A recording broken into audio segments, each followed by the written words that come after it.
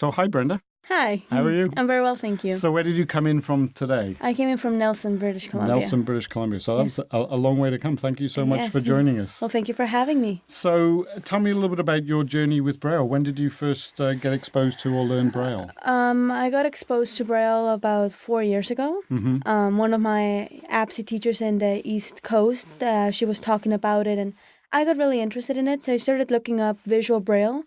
I found a webpage, and I would get stories that I would know, like Snow White and the Seven Dwarfs, just to start practicing it and trying to see it. And then I got really interested, and I asked if I could borrow a Braille typewriter. So I actually self-taught myself how to type Braille and how to read visual Braille. Wow. And right now I'm in the process of teaching myself how to read actual Braille.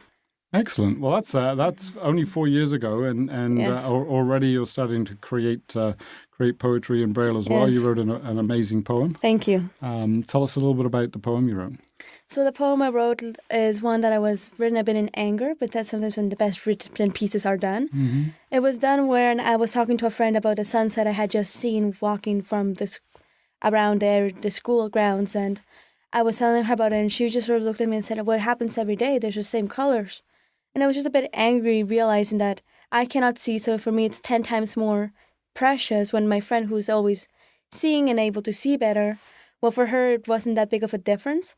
So it was a bit of anger trying to say... Well, and I think that humans take for granted things they have around them all the time. Correct. And so that the story you wrote, which was about your vision, could be applied to sometimes how we take for granted our friends, our family. Anything. Yeah. So that was her one, especially there's just to really take acknowledgement of what is around you and take a second to actually see what's there rather than just walking by and not taking a moment to be in the time and space you're at. Now, you mentioned APSI, which is the Atlantic Provinces Special Education Authority, which means that you're not really from Nelson. That's where you came from today. Yes. You're from Nova Scotia, aren't you? Yes, but originally I'm from Mexico City. I am half Mexican, half Canadian. So yes, it's a bit of a big change and jumps all over the place. Mexico City, with a population of, 20-something million people, to Nova Scotia? To a town of 400. 400, whereabouts in Nova Scotia?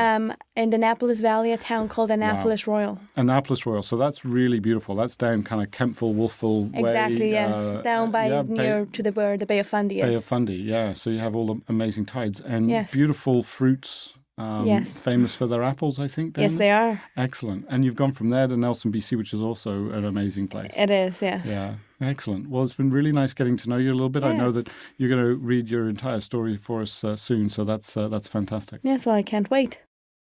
Do it for me. My name is Brenda Macdonald, and I wrote it. What can you see? Open your eyes. What a beautiful day. What a beautiful sight. Do it for me, the blind. Take a look around. See all the colors, shapes, all that you can. I know my world is big, bold, and beautiful. Do it for me, the blind.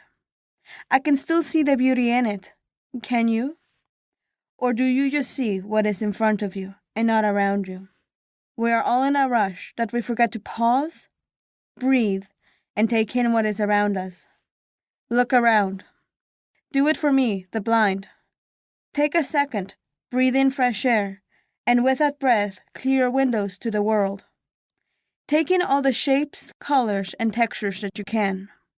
Do it for me, the blind.